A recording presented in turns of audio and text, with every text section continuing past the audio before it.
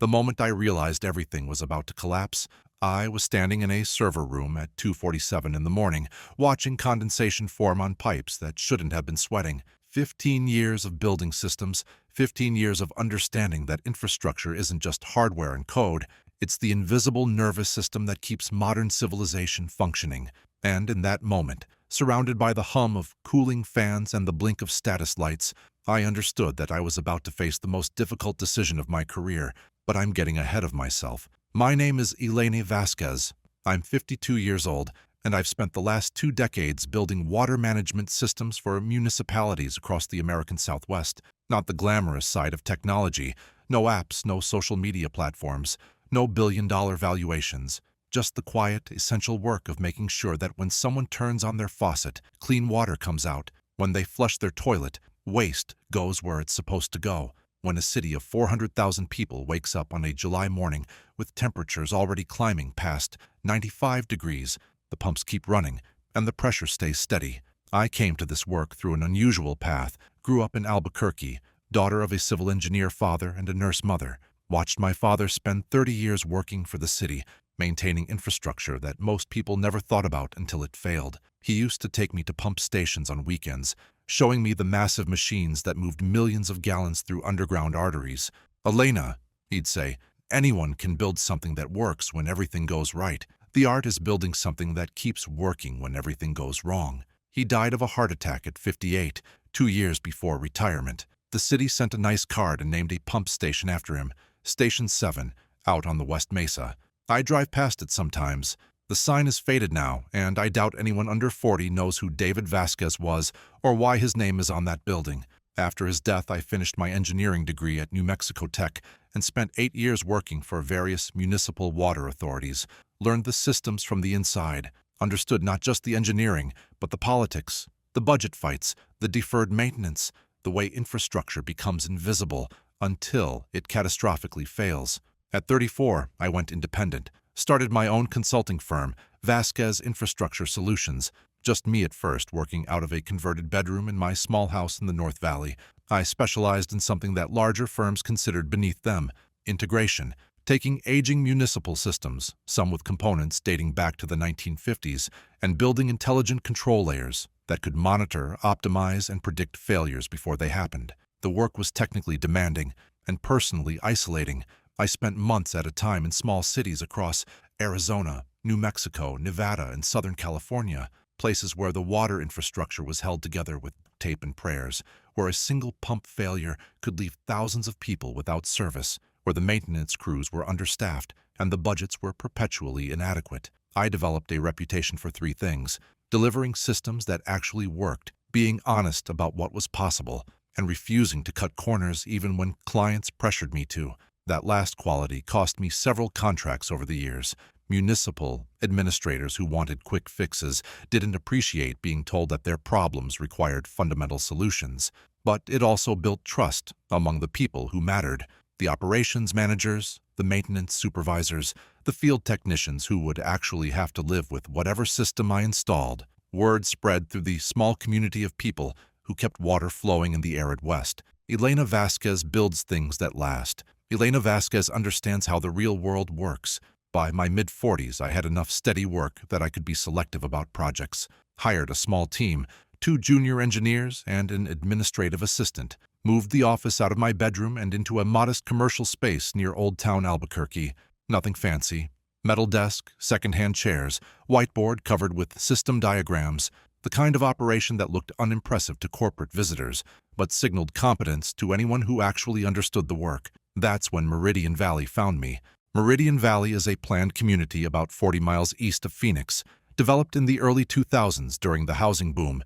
It was supposed to be a model of sustainable desert living, water-efficient landscaping, recycled wastewater for irrigation, smart growth design principles, the kind of place that architecture magazines wrote glowing profiles about.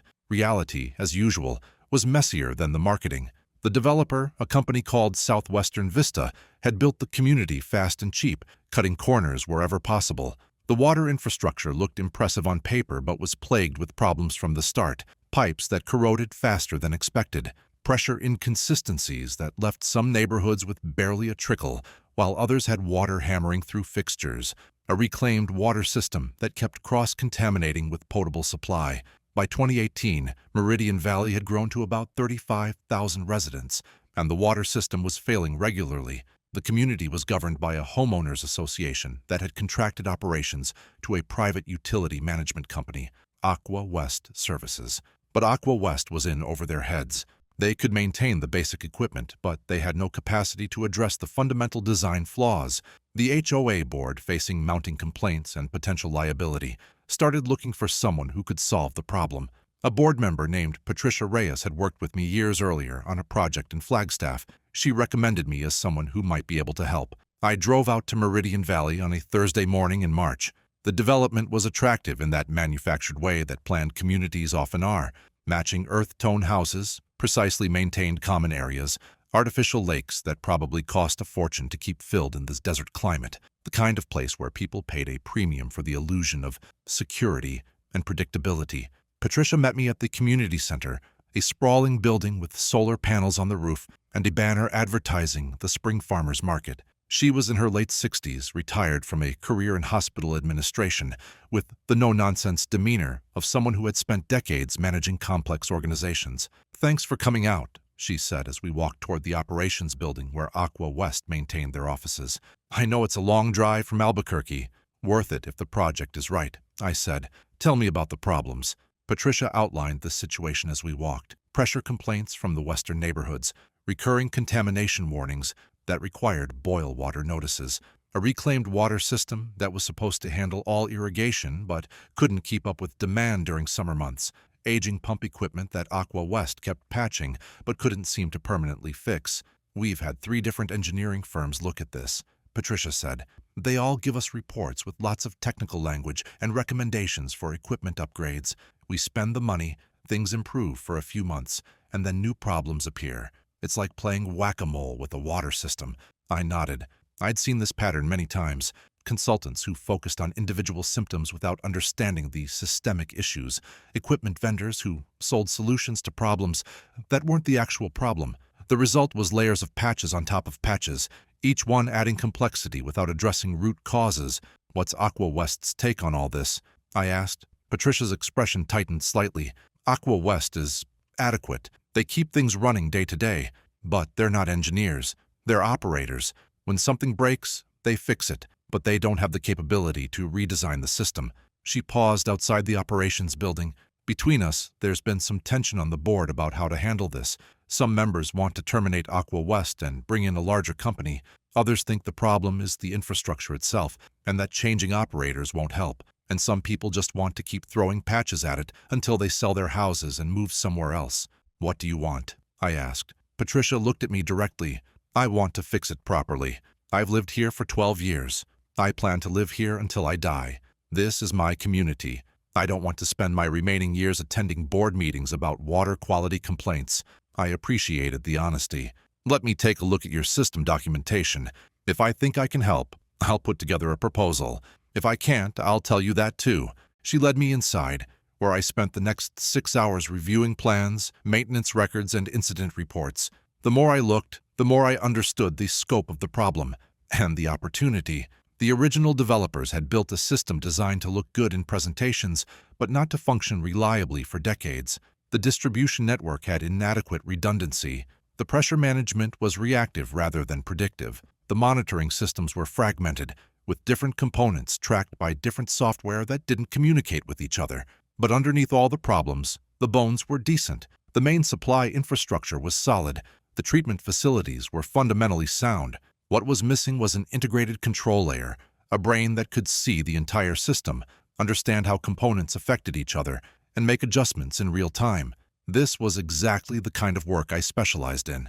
I submitted my proposal 3 weeks later. It called for a complete integration of all monitoring and control systems, unified under a custom software platform I would design specifically for Meridian Valley's infrastructure. Predictive algorithms that would anticipate problems before they became crises. Automated pressure balancing that would eliminate the inconsistencies plaguing the western neighborhoods.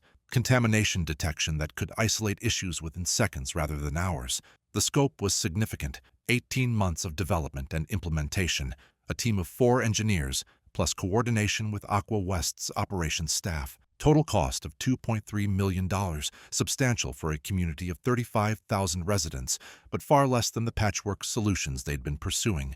The key provision, the one I insisted on in every contract and refused to negotiate, was intellectual property. Section 4.3, in language my lawyer and I had refined over 15 years, all system logic, software code, algorithmic designs, database structures, and integrated control architectures developed under this agreement remain the sole intellectual property of Vasquez Infrastructure Solutions. The client is granted an operational license to utilize system outputs for the specified infrastructure. This license does not include ownership, resale rights, derivative work permissions, or access to underlying source code. The client's license is contingent upon maintenance of current service agreement terms. I explained this provision carefully during my presentation to the HOA board. What you're purchasing is a functioning system, reliable water delivery, pressure management, quality monitoring. You're not purchasing the underlying technology. I retain that because it represents 15 years of development work that I use across multiple clients. If you want a system you own outright, I can recommend firms that offer that, but it will cost significantly more and take significantly longer. Patricia, who had championed my proposal, nodded in understanding. Most of the board members looked confused. The distinction between using a system and owning it wasn't intuitive to people outside the technology industry. But they trusted Patricia's judgment, and the bottom line was compelling: a solution that actually worked at a price within their budget. The vote was 7-2 in favor. The 2 dissenting votes came from board members who wanted to terminate Aqua West entirely and bring in a large national utility company. Their opposition wasn't about my proposal specifically. They just wanted a different approach altogether. I signed the contract in April 2019 and began work immediately. For the next 16 months, I essentially lived in Meridian Valley, rented a small casita near the community center, and set up a workspace in what was supposed to be the dining room. My team rotated through on 2-week shifts, handling specific components while I managed overall architecture and integration. The work was demanding, but satisfying. I'd forgotten how much I enjoyed the deep focus required for a project of this scope, building something from first principles rather than patching someone else's mistakes, seeing the system take shape, component by component, until it became something greater than the sum of its parts.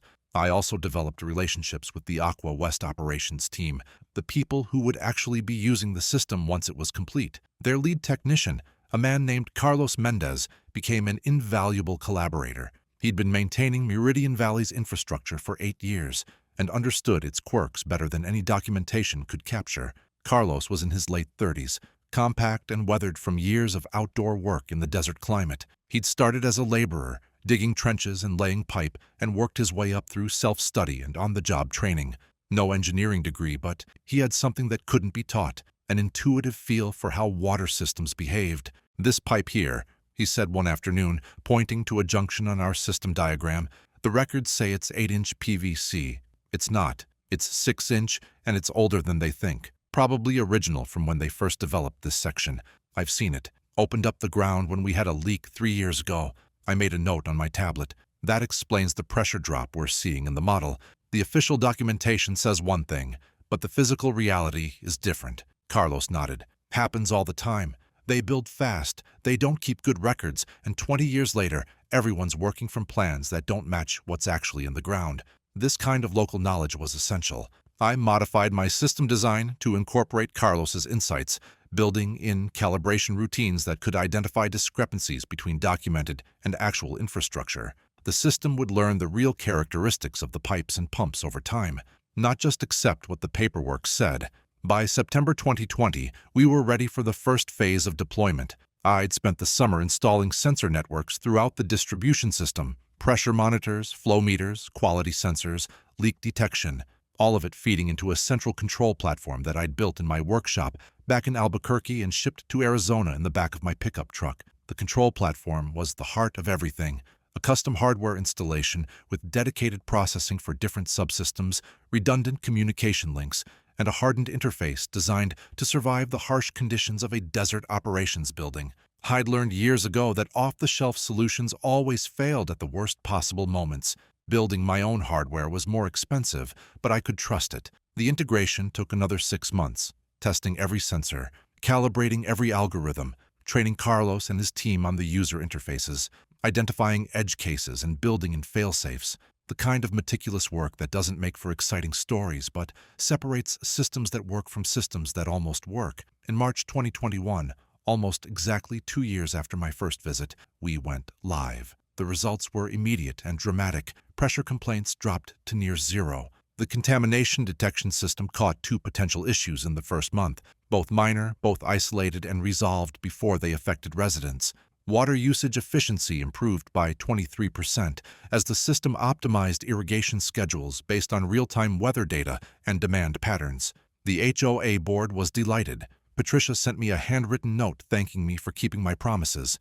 Carlos's team, initially skeptical of any system developed by an outsider, became enthusiastic advocates once they saw how much easier their jobs became. For the next 3 years, everything worked exactly as designed. I visited Meridian Valley quarterly for system reviews and updates. Monthly payments arrived on schedule. The relationship was smooth and professional, the kind of long-term client engagement that every consultant hopes for but rarely achieves. I thought I'd found the ideal project, a community that valued quality, operations staff who understood and respected the system, infrastructure that served residents reliably day after day. I was wrong, or rather, I was right about the community, but failed to anticipate how quickly circumstances could change. The first sign of trouble came in January 2024. Patricia Reyes had stepped down from the HOA board the previous year, worn out by 12 years of volunteer service and wanting to spend more time with her grandchildren. Several other long-term board members had also rotated off. The new board president was a man named Thomas Whitfield, a retired corporate attorney who had moved to Meridian Valley 2 years earlier and immediately positioned himself as a reformer. I met Whitfield during my Q1 site visit. He was in his early 60s, tall and lean, with the carefully maintained appearance of someone who had spent decades in conference rooms and courthouses. His handshake was too firm, held a beat too long, the kind of person who viewed every interaction as a negotiation and every negotiation as a competition. "Ms. Vasquez," he said, settling into a chair in the operations conference room. "I've been reviewing our service contracts as part of a comprehensive governance assessment. Your arrangement is interesting." I recognized the tone. I'd encountered it before, though not often. The person who inherits a well-functioning system and immediately looks for ways to claim credit for improvements or cut costs. "What questions do you have?" I kept my voice neutral. Whitfield opened a leather portfolio and consulted his notes. "Your monthly fee has remained constant for nearly 3 years. In that time, you've made very few visible changes to the system. The board is wondering what ongoing value we're receiving for this expense." I'd heard variations of this question many times. The system requires continuous maintenance, monitoring, and optimization, software updates to address new conditions, calibration adjustments as infrastructure ages, security patches. The work isn't always visible, but it's essential. Whitfield made a note. "And the intellectual property arrangement. We pay for a system, but don't own it. That seems unusual. It's standard practice in my field. You're paying for operational access to a functioning system. I retain ownership of the underlying technology, similar to how a business might lease office space rather than purchasing a building." Whitfield's eyes narrowed slightly. "Except that this building is integrated into our infrastructure. Without it, our water system doesn't function properly. That gives you considerable leverage." I met his gaze directly. "It also gives you considerable assurance.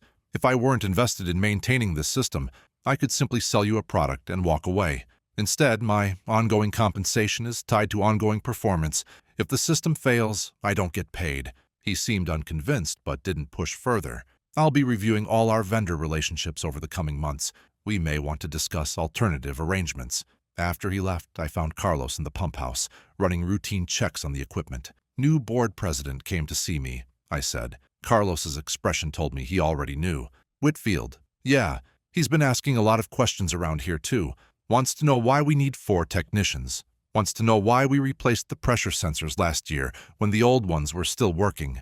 What's your read on him?" Carlos was quiet for a moment, choosing his words carefully. "He's the kind of guy who knows the price of everything and the value of nothing, sees numbers on spreadsheets, doesn't see what those numbers actually mean. We've had board members like him before. Usually they learn eventually, or they move on to something else." I nodded, but I felt a knot forming in my stomach. In my experience, people like Whitfield didn't learn. They doubled down until they got what they wanted, or until they created a crisis that forced them out. Either way, the people who depended on the infrastructure paid the price. I made a note in my project file. Watch this situation closely. Over the next 6 months, Whitfield implemented what he called his efficiency initiative. He hired an outside consulting firm, a large national company called Morrison Strategic Partners, to review all HOA contracts and recommend cost savings. Morrison's team spent 3 weeks in Meridian Valley, interviewing staff and reviewing documentation. They were polite, professional, and thorough in exactly the way that large consulting firms always are. They asked intelligent questions about system performance and cost structures. They took careful notes and promised a comprehensive report. When that report arrived in July, I wasn't surprised by its conclusions. The document was 47 pages of professional-looking analysis, complete with charts, benchmarks, and recommendations. It acknowledged that my system performed well, but questioned whether the ongoing maintenance fees represented optimal value allocation. It suggested that the intellectual property arrangement was non-standard and potentially exposed the HOA to vendor dependency risk. The key recommendation was buried on page 34.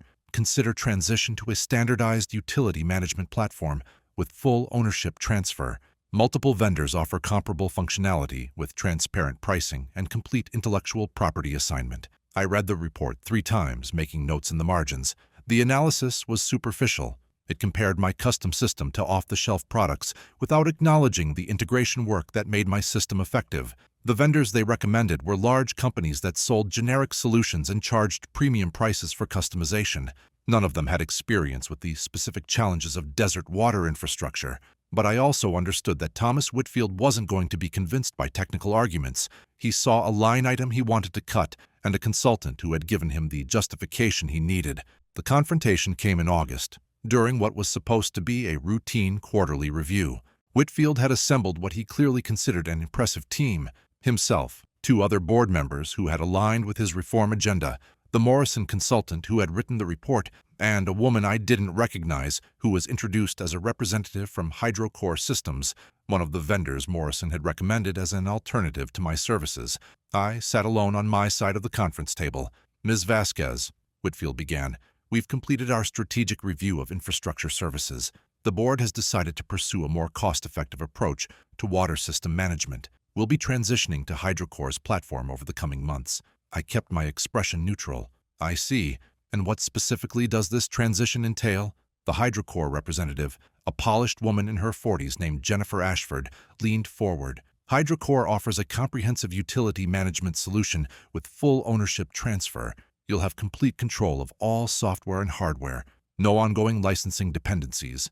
"And the cost?" Ashford glanced at Whitfield before answering. "The initial implementation is $890,000, with annual maintenance fees of approximately $180,000, significantly more transparent than your current arrangement." I did the math quickly. Their initial cost was lower than my original contract, but the ongoing fees were almost double what I currently charged. Over 5 years, they would pay substantially more and end up with a generic system that wouldn't account for the specific characteristics of Meridian Valley's infrastructure. But I knew that wasn't the real issue. The real issue was ownership, or rather, Whitfield's desire to feel like he owned something. "What about the transition itself?" I asked. "My system is deeply integrated with your infrastructure. The sensors, the control logic, the predictive algorithms. These aren't separate components you can swap out independently." Whitfield waved a hand dismissively. "That's why we're having this conversation. We'll need you to provide complete documentation and transfer all system access to Hydrocore's team. They'll handle the migration." I felt my jaw tighten. "You're asking me to transfer my intellectual property. That's not covered under our contract." "We paid for that system," Whitfield said, his voice hardening. "It's installed in our infrastructure. Of course it belongs to us. You paid for operational access. The ownership terms are clearly specified in Section 4.3 of our agreement. I've retained all intellectual property rights throughout our entire relationship." Whitfield leaned back, a small smile playing at the corners of his mouth. "Our legal team has reviewed that clause. There are grounds to argue that the integration of your system into our infrastructure creates an implied transfer of ownership. The components are physically embedded in our property. The system only has value in the context of our operations. It's functionally inseparable from our infrastructure." I recognized what was happening. He'd been planning this confrontation, coordinating with lawyers and alternative vendors, building a case to take what he wanted while avoiding payment. The efficiency initiative had never been about saving money. It had been about finding leverage. "I'd be happy to have my attorney discuss those interpretations with your legal team," I said carefully. "But I'd also encourage you to consider the practical implications of this approach." "Meaning what?" I met Whitfield's gaze directly. "My system isn't just software running on your servers. It includes custom hardware that I designed and installed, communication protocols that are proprietary, integration logic that depends on components I control. If you terminate our service agreement, you don't get access to any of that. You get a bunch of equipment that no longer talks to anything else." The HydroCorp representative shifted uncomfortably. She knew exactly what I was describing, the technical reality that her sales pitch had glossed over. Whitfield's smile faded. "Are you threatening us?" "I'm explaining the terms you agreed to. The same terms I explained before you signed the contract. The same terms your board understood when they approved this arrangement. That board is no longer in place. The current board has different priorities. The contract doesn't change based on board composition." The meeting dissolved into tense silence. Whitfield gathered his papers, his face tight with controlled anger. "We'll be in touch about next steps. In the meantime, consider whether you want to be a partner in this transition or an obstacle to it." After they left, I sat alone in the conference room for a long time, staring at the system diagram on the wall. 4 years of work, thousands of hours of development, a system that served 35,000 people reliably every single day, and a man who saw it all as a budget line to be eliminated. I called my attorney that afternoon. The next 3 weeks were a careful dance of legal maneuvering and strategic positioning. My attorney, a woman named Rachel Torres, who specialized in technology contracts, reviewed the situation and offered her assessment. "They don't have a legal leg to stand on regarding intellectual property transfer. Your contract is airtight, but that doesn't mean they won't cause problems." "What kind of problems?" "They can terminate your service agreement. They're within their rights to do that with proper notice. 60 days according to your terms. Once terminated, they can attempt to operate without your system. It won't work well, but they can try, and when it fails, they'll probably try to blame you." "And the infrastructure?" "My hardware is installed in their facilities." Rachel considered this. "Technically, you retain ownership of that hardware. You have the right to remove it, but practically speaking, doing so would be seen as aggressive. It might give them ammunition for claims of intentional interference, even if those claims wouldn't ultimately succeed. So, I just wait for them to fail and then come back asking for help. That's one approach. The risk is that they might not come back. They might double down on the new vendor, throw more money at the problem, and spend years trying to make it work. Meanwhile, you've lost a significant contract and gained a reputation for difficult client relationships." I thought about this. Rachel was right about the risks, but she didn't understand the technical reality as well as I did. The HydroCorp system wasn't just less capable than mine. It was fundamentally incompatible with the custom integration I'd built. They could install new software, but they couldn't make it talk to the sensor network, the pump controls, the pressure management systems, not without access to the protocols I'd developed. The question was how far Whitfield would push things before reality caught up with him. I didn't have to wait long for the answer. On September 3rd, I received a formal letter via certified mail. The HOA was exercising its contractual right to terminate our service agreement, effective 60 days from the date of notice. They requested full documentation transfer, system access credentials, and cooperation with the transition team. I responded through Rachel with a carefully worded letter of my own. I acknowledged receipt of the termination notice and confirmed the effective date. I agreed to provide all documentation and access covered under our existing agreement, specifically user interface access, system outputs, and performance reports. I declined to transfer any intellectual property, source code, or proprietary protocols, as these were not covered by the terminated agreement. The next day, HydroCorp's team arrived at Meridian Valley to begin their assessment. I knew this because Carlos called me that evening, speaking in a low voice, like he was worried about being overheard. "They're here. Jennifer Ashford and 3 technicians. They've been in the operations center all day, trying to understand your system." "How's it going?" Carlos laughed quietly. "They're lost. They can read the interface screens, but they don't understand what they're looking at. Kept asking me questions about the integration architecture. I told them they'd have to talk to you about that." "What did Ashford say?" "She didn't look happy. I think she's realizing this is going to be harder than she thought." I wasn't surprised. My system was designed to be user-friendly for operators like Carlos, who needed to monitor performance and respond to alerts. But the underlying architecture was complex and proprietary. Without documentation of the control protocols, even a skilled engineering team would struggle to understand how the pieces fit together. Over the next 2 weeks, I received a series of increasingly urgent requests for technical documentation. Ashford's tone evolved from professional to frustrated to borderline accusatory. She implied that my refusal to share proprietary information was obstructing their legitimate transition efforts. I responded to each request the same way. I would provide everything covered under our contract, nothing more. The intellectual property provisions were clear. If HydroCore wanted to build a system that integrated with Meridian Valley's infrastructure, they would need to develop their own solutions. In mid-September, Rachel received a letter from the HOA's legal counsel. They were claiming breach of contract based on my refusal to support the transition. They threatened legal action if I didn't provide full system access within 30 days.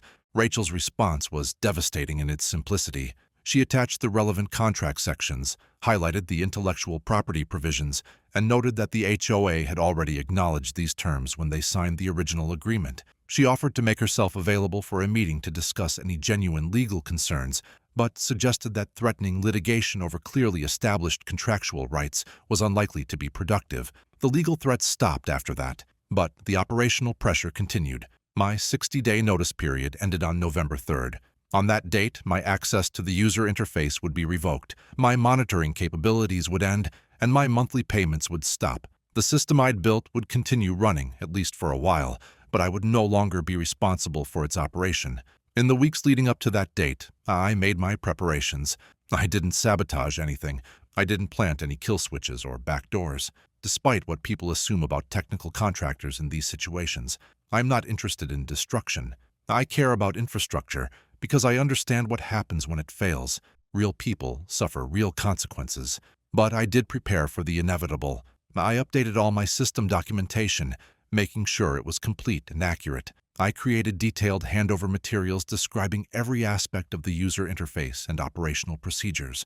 I packaged everything in a professional format and sent it to both the HOA board and HydroCore's team.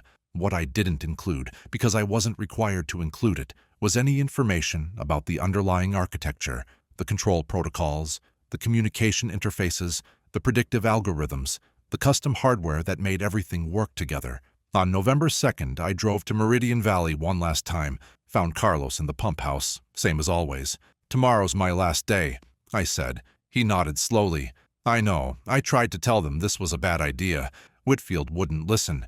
"How's HydroCore's implementation going?" Carlos shook his head. "They've installed their software on new servers. It looks pretty on the screen, but it's not actually controlling anything. They can display data from your sensors, but they can't send commands to the pumps or valves. They keep saying they're working on integration, but I don't think they know how. What happens when my system goes offline? They say they'll be ready. They've been running parallel operations. Your system doing the actual work, their system watching and recording. They think they can take over when you disconnect." I looked at the control panel I'd installed 4 years earlier. The custom hardware with its status lights and manual overrides. The connection points that linked to sensors throughout the community. "The parallel operations work because my system is still running," I said. "When it stops, they won't have anything to parallel." Carlos understood. He'd been in this business long enough to know the difference between watching a system operate and actually operating it. "What should I do?" he asked. "Your job. Keep the pumps running, keep the pressure stable. Do everything manually if you have to. Don't let anyone get hurt because of bad decisions made in a conference room." He nodded. We shook hands, and I walked out of the pump house for the last time. November 3rd arrived, and I did nothing. I didn't flip any switches. I didn't shut down any systems. I simply stopped logging into the administrative console, stopped running the optimization routines, stopped processing the sensor data that fed the predictive algorithms. My system was designed to fail gracefully. Without ongoing input, it would continue operating based on the last received parameters. Pumps would run at their previous settings. Valves would maintain their previous positions. Pressure would stay roughly where it had been. For the first few days, nothing would appear wrong. The infrastructure would coast on momentum, like a car rolling downhill after the engine cuts out. But momentum doesn't last forever. The first problem appeared on November 8th. 5 days after the transition, a pressure sensor in the western distribution area detected a significant drop in flow rate. Under normal operation, my system would have automatically adjusted the upstream pump speed and opened a balancing valve to compensate. The problem would have been corrected in seconds, without any human intervention, but my system wasn't receiving the sensor data anymore. The data was going to HydroCore's platform, which could display it but couldn't respond to it. Their system wasn't connected to the pump controls. It could tell operators there was a problem, but it couldn't fix it. By the time Carlos's team manually adjusted the pumps, 63 homes in the western neighborhoods had experienced low water pressure for nearly 2 hours. Residents complained on the community Facebook page. Several called the HOA office demanding explanations. HydroCore's team attributed the issue to a calibration adjustment during transition and promised it wouldn't happen again. It happened again on November 12th and again on the 15th. Each time, the response took longer as Carlos's team was stretched thinner, trying to manually manage a system designed for automation. On November 19th, the reclaimed water system, which irrigated common areas and golf course landscaping, shut down entirely.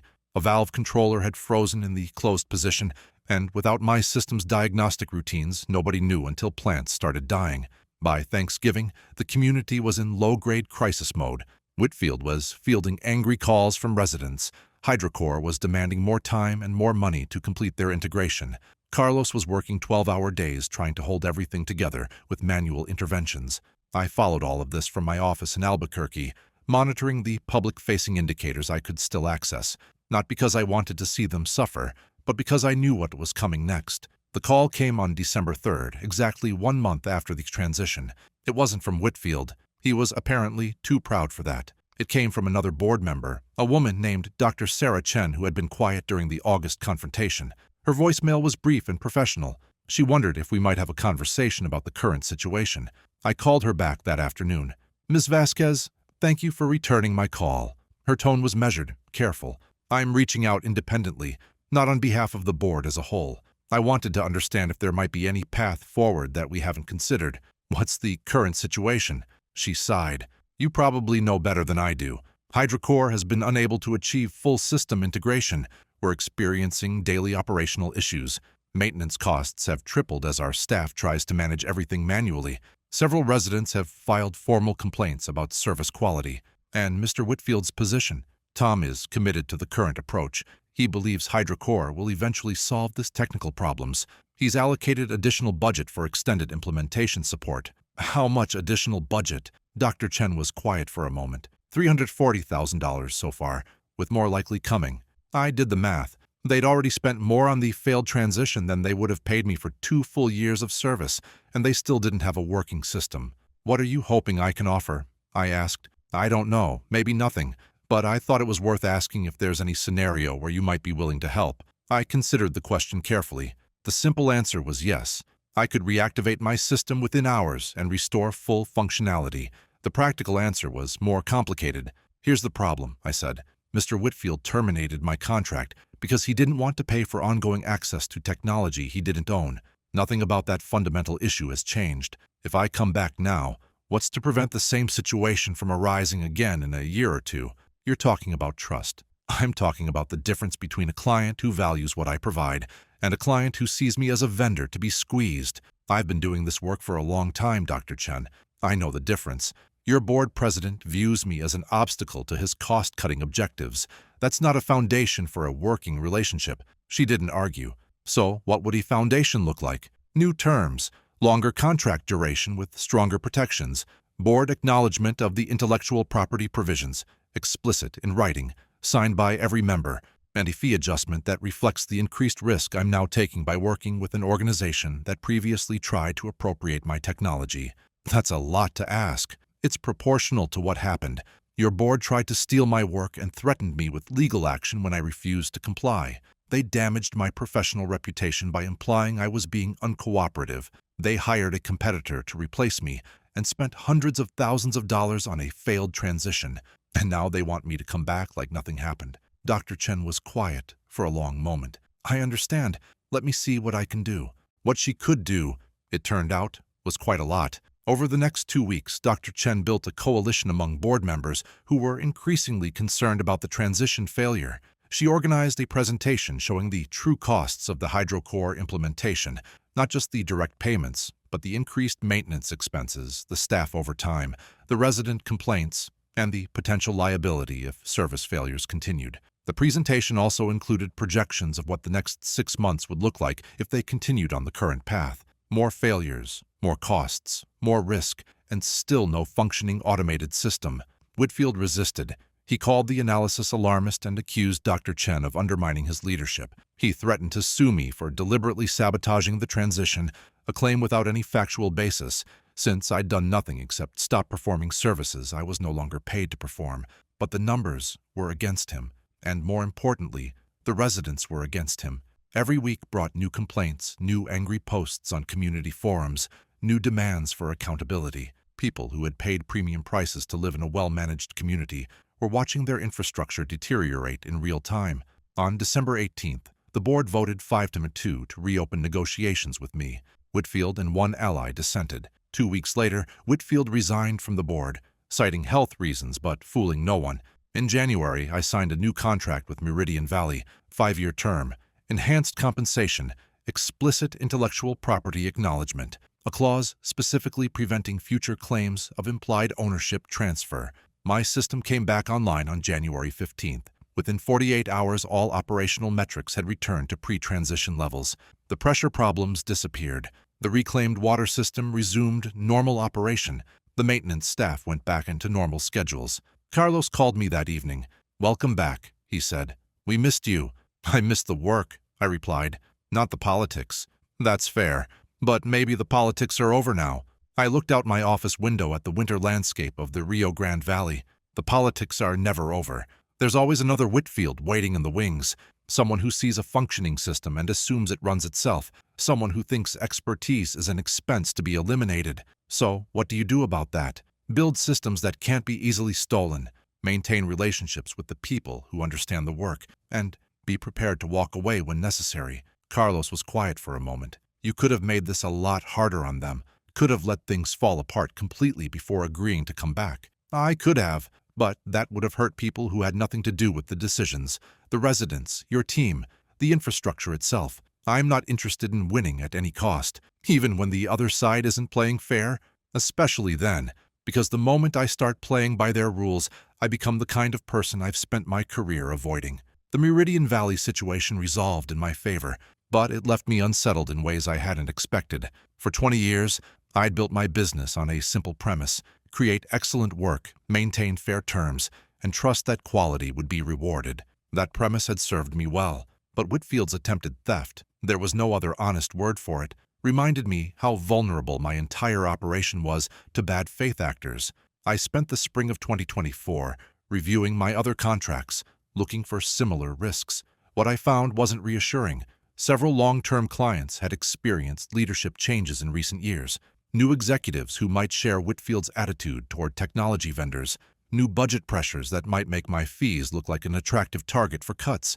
The infrastructure I maintained served hundreds of thousands of people across the Southwest, hospitals that needed reliable water for patient care, schools where children drank from fountains every day, senior communities where vulnerable residents depended on consistent service.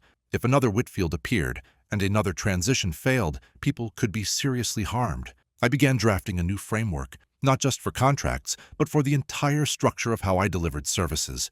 Stronger intellectual property protections, more explicit client education about what they were purchasing, better documentation of the consequences of premature termination, and something else. Something I'd been thinking about since those tense days in November, when Meridian Valley's system slowly degraded without my oversight. I called Rachel Torres and asked her to come to my office. "I want to talk about escalation procedures," I said. Rachel raised an eyebrow. "What kind of escalation? In a situation like Meridian Valley, what happens if the client doesn't eventually come back to negotiate? What happens if they double down on the failed transition and people start getting hurt? That would be their responsibility, not yours. You fulfilled your contractual obligations. Legally, yes, but practically." I shook my head. I spent 4 years building a system that protects people's health and safety. Watching it fail because of someone's ego isn't something I can just accept. Rachel considered this. "What are you proposing?" "I'm not sure yet, but I want to think through the options. What if I had a way to prevent a dangerous failure even after my contract was terminated? What if I could maintain some kind of emergency access that would let me intervene if things got truly critical? That sounds like a potential liability nightmare. If you maintain access without authorization, you could be accused of unauthorized system access. If you intervene and something goes wrong, you could be blamed for the failure. I know, but if I don't maintain access and something goes wrong, people could be harmed by a failure I could have prevented. We talked for 2 hours, exploring the legal and ethical implications. There were no easy answers. Any solution I designed would have to balance my responsibility to the infrastructure against the rights of the client who owned that infrastructure, even when that client was making dangerous decisions. In the end, I developed what I called a critical infrastructure protocol, a set of procedures that would apply in extreme situations, not routine contract disputes like Meridian Valley, but genuine emergencies where public health was at risk. The protocol had several components. First, extensive documentation of all system transfers, ensuring that clients received detailed warnings about the consequences of terminating service. Second, a cooling-off period before any termination took effect, giving both parties time to reconsider. Third, a clear escalation path that would involve regulatory authorities if a client's actions created imminent public health risks. And finally, a personal commitment that I would never allow my technology to fail in ways that endangered lives, regardless of the contractual status. If I ever found myself in a situation where my intervention was necessary to prevent serious harm, I would act first and accept the consequences later. This wasn't a comfortable position. It put me in potential conflict with both clients and legal advisors. It meant accepting responsibility that extended beyond what any contract could require. But it felt right. It aligned with the values my father had taught me all those years ago, working on pump stations that most people never thought about. The work wasn't glamorous, but it mattered, and mattering meant accepting responsibility for the consequences. Word of the Meridian Valley situation spread through the infrastructure community, as I'd known it would. But the story that circulated was more nuanced than I'd expected. Some people saw it as a cautionary tale about vendor lock-in, a consultant who had made herself indispensable and then exploited that position. These were mostly people who'd never built complex infrastructure, who didn't understand why integration mattered or why expertise couldn't be easily transferred. Others saw it as a lesson in respecting intellectual property, a reminder that contracts meant what they said, and that trying to appropriate technology you hadn't paid for was likely to backfire. But the version I heard most often, from operations managers and maintenance supervisors who actually worked in the field, was simpler. Elena Vasquez had built something that worked. Someone tried to take it from her, and she stood her ground without destroying anything in the process. That last part mattered more than I'd realized. In an industry full of horror stories about acrimonious transitions and deliberate sabotage, my restraint during the Meridian Valley crisis became part of my reputation. People trusted me, not just to build reliable systems, but to behave honorably even when I wasn't being treated honorably in return. New clients started reaching out. Municipalities in California dealing with drought infrastructure, a tribal nation in Arizona that wanted to modernize its water treatment facilities, a regional hospital system that needed integrated monitoring across multiple campuses. I was more selective than I'd been in the past. Every potential client went through an extensive screening process, not just financial due diligence, but cultural assessment. Who were the decision makers? What was their attitude toward technology vendors? Did they understand the difference between purchasing access and purchasing ownership? I turned down several lucrative opportunities because the warning signs were too clear. Executives who talked about in-house solutions before they'd even seen what I could offer. Boards dominated by cost cutters who viewed every consultant as an expense to be minimized. Organizations with histories of contentious vendor relationships. The clients I did accept became long-term partners. We built relationships based on mutual respect and shared understanding. They valued what I provided, and I valued their trust. My team grew. Slowly, carefully, I hired engineers who shared my approach to the work, people who cared about infrastructure for its own sake, not just as a career stepping stone. We developed internal protocols for knowledge sharing and succession planning, ensuring that my systems wouldn't become orphaned if something happened to me. By 2025, Vasquez Infrastructure Solutions had become something I'd never planned to build, a genuine company with 5 full-time engineers, 2 administrative staff, and contracts across 4 states. Still small by industry standards, but stable, sustainable, built on a foundation of quality work and honest relationships. I still drive past Station 7 sometimes, the pump house named after my father. The sign is faded, and the building needs painting, but the equipment inside continues to function. 40 years of service, most of it invisible to the people who depend on it every day. My father understood something that took me decades to fully appreciate. Infrastructure isn't just technology, it's trust. It's the silent promise that when you turn on the faucet, water will flow, that when you need something essential, it will be there. The people who try to steal that, the Whitfields who see only line items and budget cuts, they don't understand what they're taking. They think they're acquiring assets. They're actually breaking promises. I think about Carlos Mendez, still working the pump house in Meridian Valley, about Patricia Reyes, who trusted me enough to recommend me for the job, about the 35,000 residents who never knew how close their water system came to serious failure. I think about the next crisis, the one I can't predict yet, another executive who decides they know better, another attempt to take what wasn't purchased, another test of whether I can protect the infrastructure while respecting the people I've promised to serve. I don't know exactly what that crisis will look like, but I know I'll be ready for it, because that's what it means to be an infrastructure engineer. You don't just build systems that work, you build systems that keep working, even when everyone else has stopped thinking about them. And when someone threatens that, you stand your ground. The crisis I'd been preparing for arrived in September 2025, though not in the form I'd anticipated. It came from Mountain Vista Regional Medical Center, a 340-bed hospital in northern New Mexico that I'd been supporting for 3 years. My system managed their water infrastructure, not just the basic supply, but the complex network of purified water for dialysis, sterile processing, laboratory services, and pharmaceutical compounding. Healthcare water systems are exponentially more complex than municipal supply because contamination doesn't just cause inconvenience, it can kill patients. The hospital's CEO, a man named Richard Keller, had been a good partner from the start. He understood technology, respected expertise, and didn't interfere with operations that were working well. But in August 2025, Richard was diagnosed with pancreatic cancer and took immediate medical leave. He died 3 weeks later. His replacement was an interim CEO named Bradley Morrison, brought in by the hospital board to stabilize operations during the leadership transition.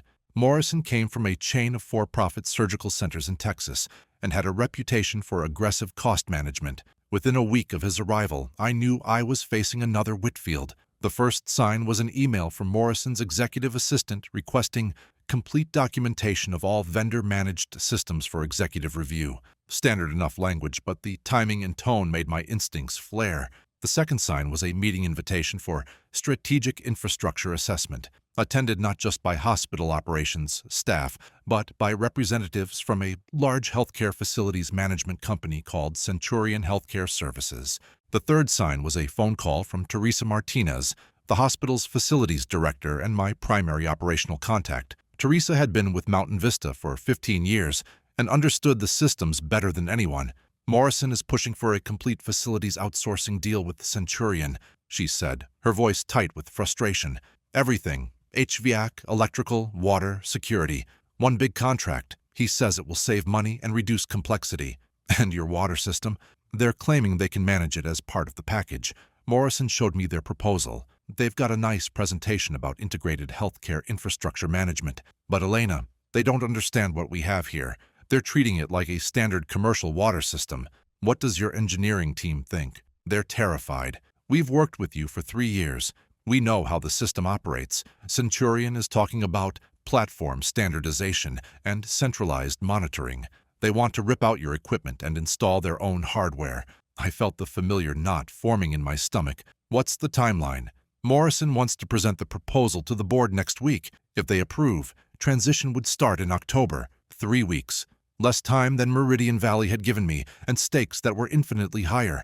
A municipal water system failure causes inconvenience and expense. A hospital water system failure causes infections, complications, and deaths. I need to talk to Morrison, I said. The meeting took place 2 days later in the hospital's executive conference room. Morrison sat at the head of the table with his chief financial officer and the Centurion representatives, 2 men in expensive suits who radiated the confident polish of people who have never actually operated the systems they sell. I was accompanied by Teresa and the hospital's chief medical officer, Dr. Patricia Okonkwo. Dr. Okonkwo was a hospitalist in her late 50s who had practiced at Mountain Vista for 2 decades. She understood better than anyone what water quality meant for patient care. Ms. Vasquez, Morrison began, not bothering with pleasantries. I've reviewed your contract, and I have some concerns about the arrangement we've inherited. The terms are unusual, the costs are significant, and frankly, I'm not convinced we need a boutique consultant when larger companies can provide comprehensive solutions. What specific concerns do you have about performance? That's not the point. The point is efficiency. Centurion manages facilities for 47 hospitals across 4 states.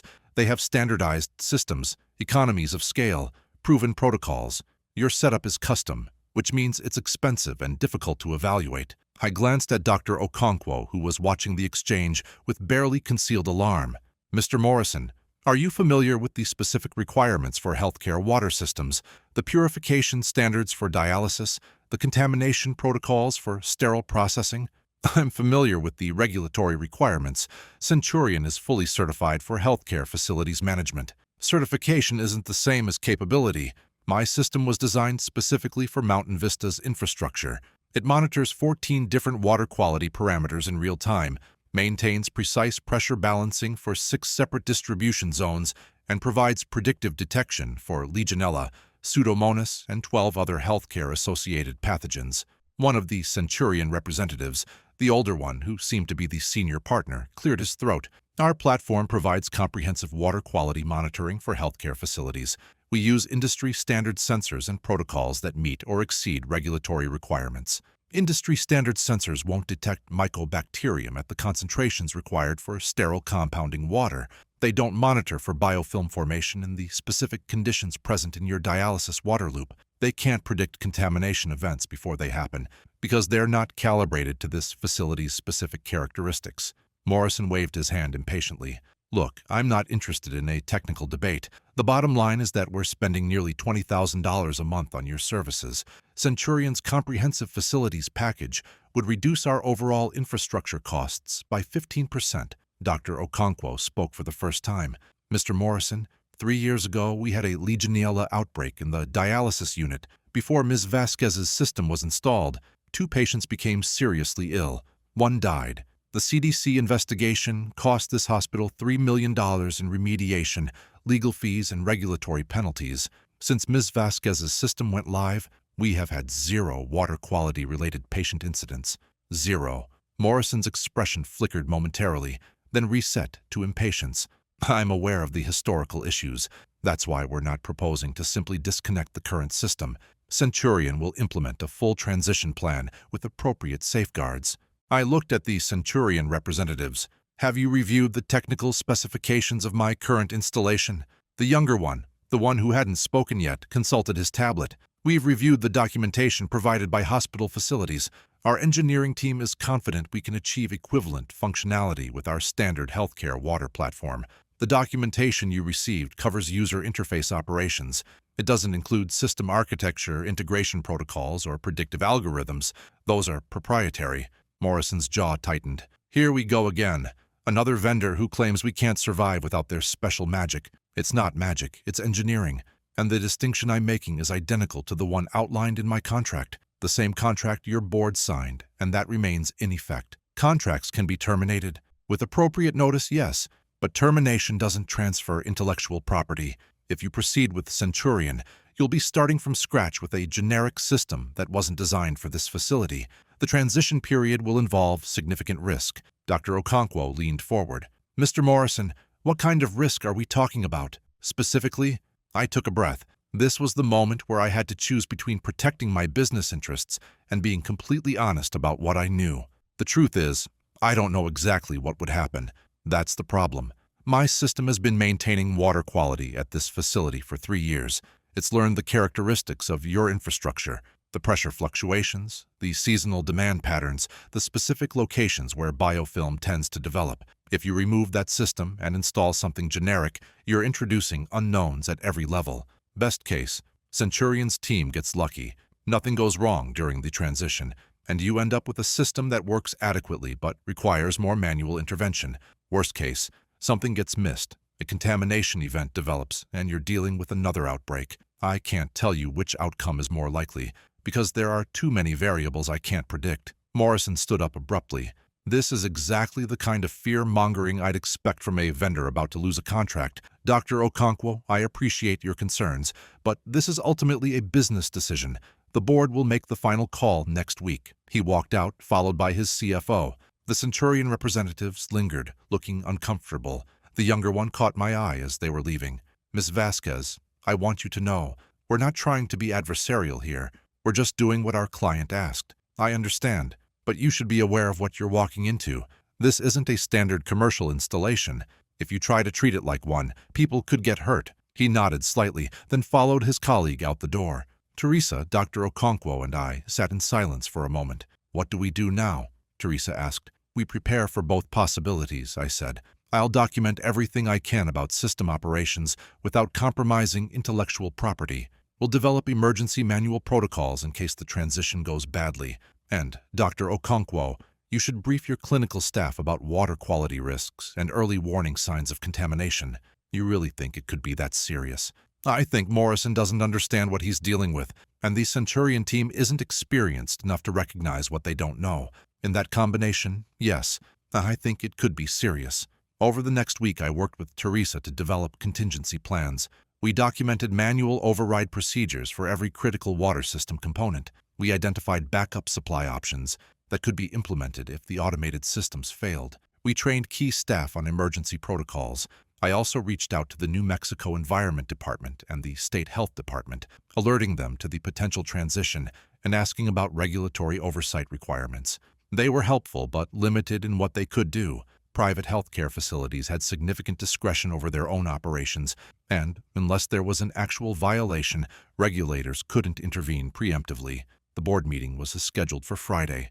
On Thursday evening, I received an unexpected call from a number I didn't recognize. Ms. Vasquez, this is James Chen. I'm one of the Centurion engineers who attended the meeting last week. The younger representative, the one who had seemed uncomfortable. I remember you. What can I do for you? I've been reviewing the technical documentation for the Mountain Vista system, or rather, I've been trying to review it. He paused. You were right. What we received from the hospital doesn't actually describe how the system works. It's user interface stuff, screens and buttons, nothing about the underlying architecture. That's because the architecture is proprietary. I understand that, but Miss Vasquez, I'm an engineer. I've spent 12 years working on water systems, and the more I look at what you've built, the more I realize we're not prepared to take this on. Have you told your management that? He was quiet for a moment. I tried. They're not interested in hearing it. Morrison is pushing hard for the deal, and our leadership sees a significant contract opportunity. They're telling me to figure out a way to make it work. And you can't? Not safely. Not in the timeline they're proposing.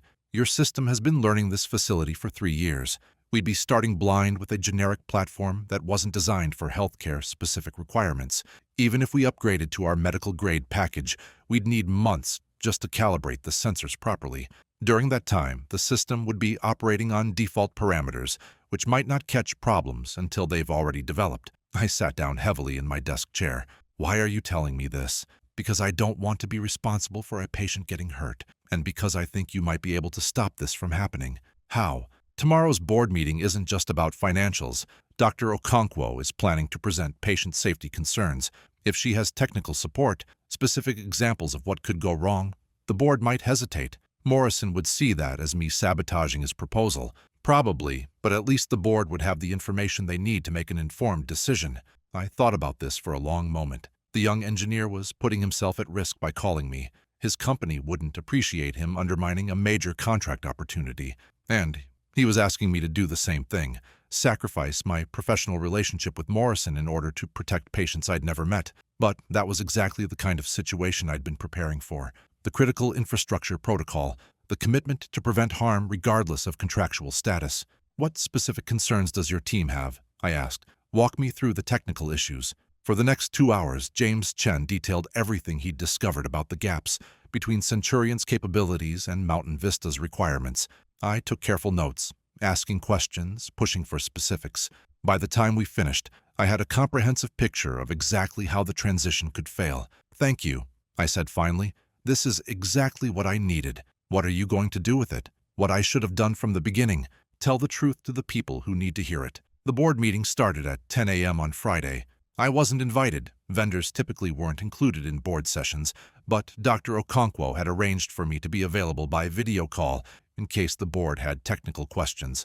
The call came at 11:47 a.m. Ms. Vasquez, this is Margaret Wong, board chair.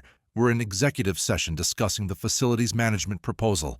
Mr. Morrison has presented the Centurion contract. Dr. Okonkwo has raised patient safety concerns. We'd like to hear your perspective directly. Of course. The video connected, and I found myself looking at a room full of worried faces. Morrison sat at one end of the table, his expression stormy. Dr. Okonkwo was at the other end, with Teresa beside her. The board members, mostly local business leaders and community representatives, occupied the middle seats. Margaret Wong, a silver-haired woman who appeared to be in her early 70s, spoke first. Ms. Vasquez, Dr. Okonkwo tells us there are significant technical concerns about transitioning to Centurion's platform. Can you explain these concerns in terms our board can understand?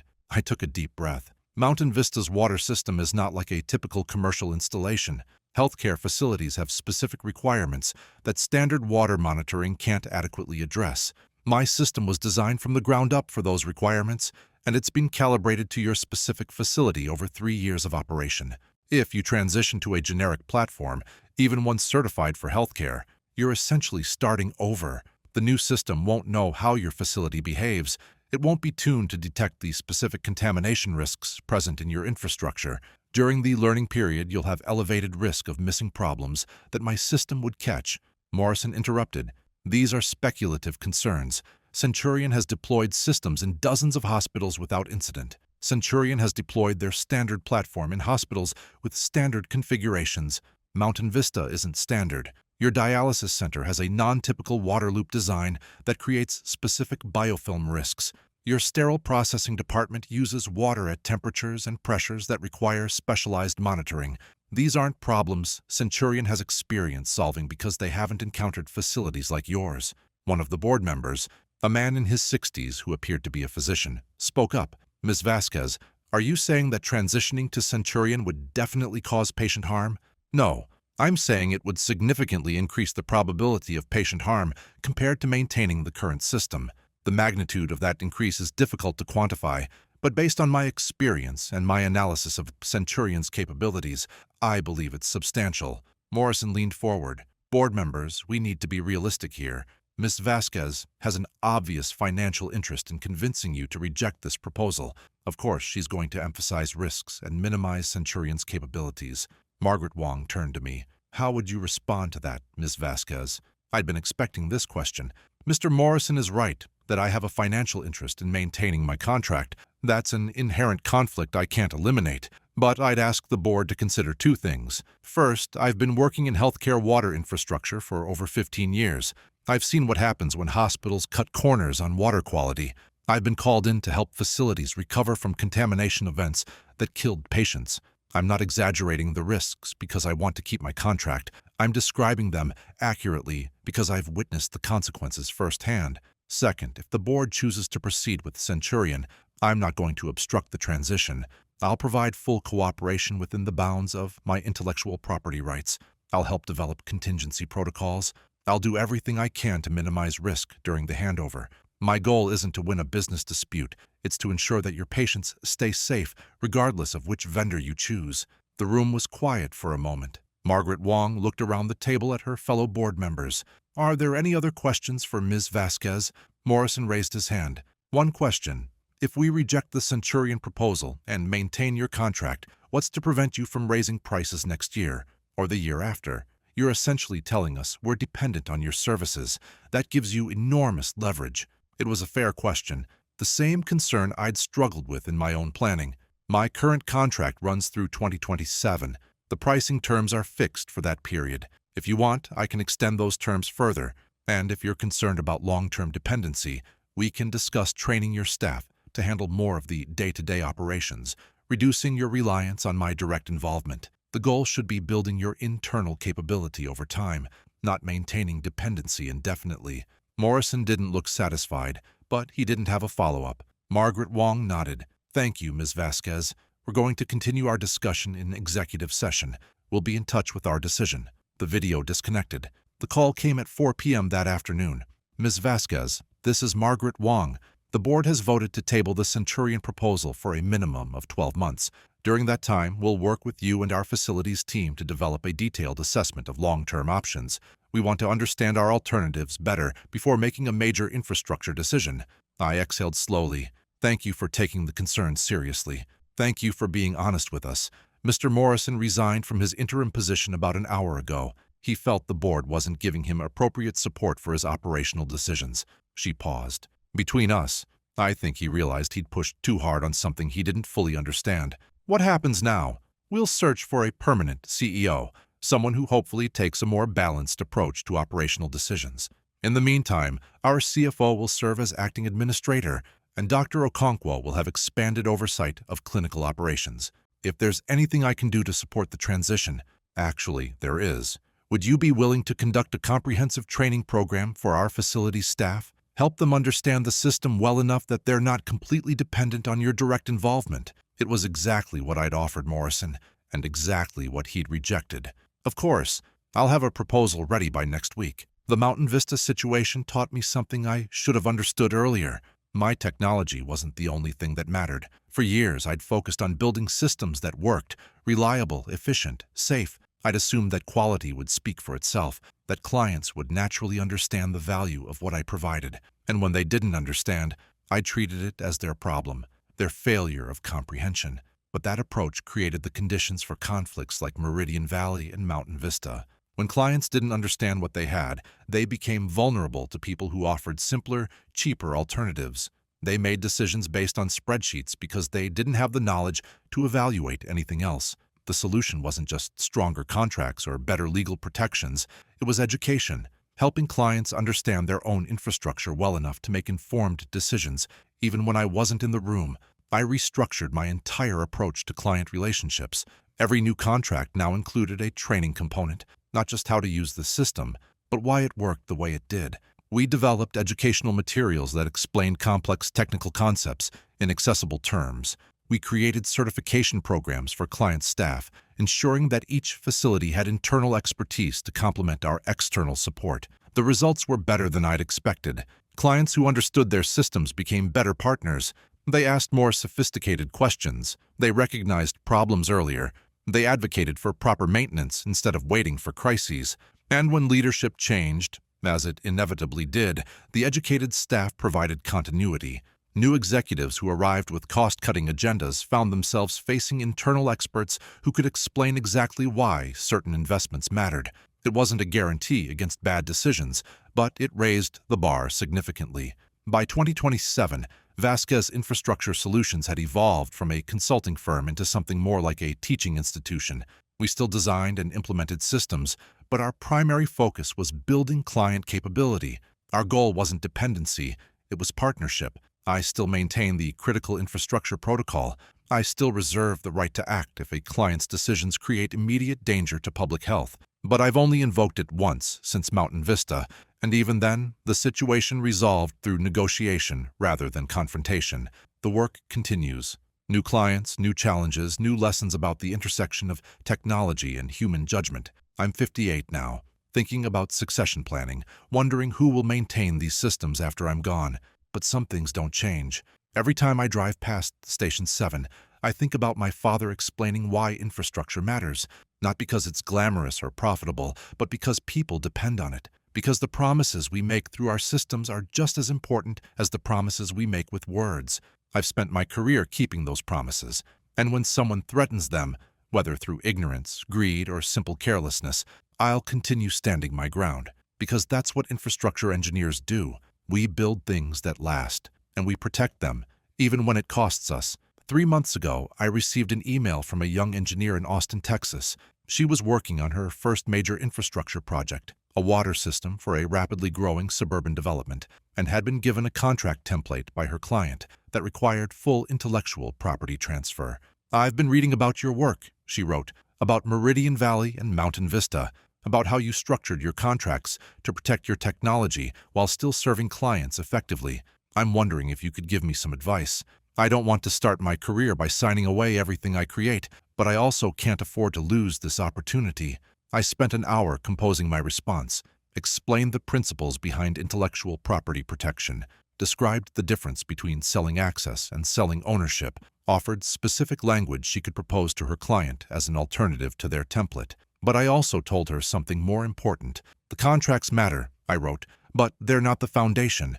The foundation is your commitment to the work itself. If you build things that truly serve your clients, systems that are reliable, efficient, and safe, you'll create value that speaks for itself. And if you treat your clients as partners rather than adversaries, most of them will recognize that value and honor their agreements. There will always be people who try to take what they haven't paid for. That's true in every industry, not just ours. When you encounter them, you need to be prepared.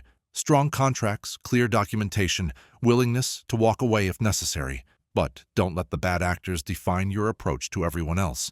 Build excellent infrastructure, educate your clients, maintain your principles, and when you have to stand your ground, do it without destroying what you've created. The goal is protecting the work, not winning the fight. She wrote back a week later. She'd proposed modified contract language to her client. They'd negotiated, pushed back on some points, but ultimately accepted terms that protected her intellectual property while meeting their operational needs. Her first major project was moving forward. "Thank you," she wrote, "not just for the advice, but for showing me it's possible to succeed in this industry without compromising on principles." I printed that email and pinned it to my office wall, next to my father's old facility ID badge and the photo of Station 7. The work continues. A new generation of engineers building infrastructure that will serve communities for decades to come. They'll face their own challenges, their own Whitfields and Morrisons, their own moments when principle and profit seem to conflict, but they won't face them alone.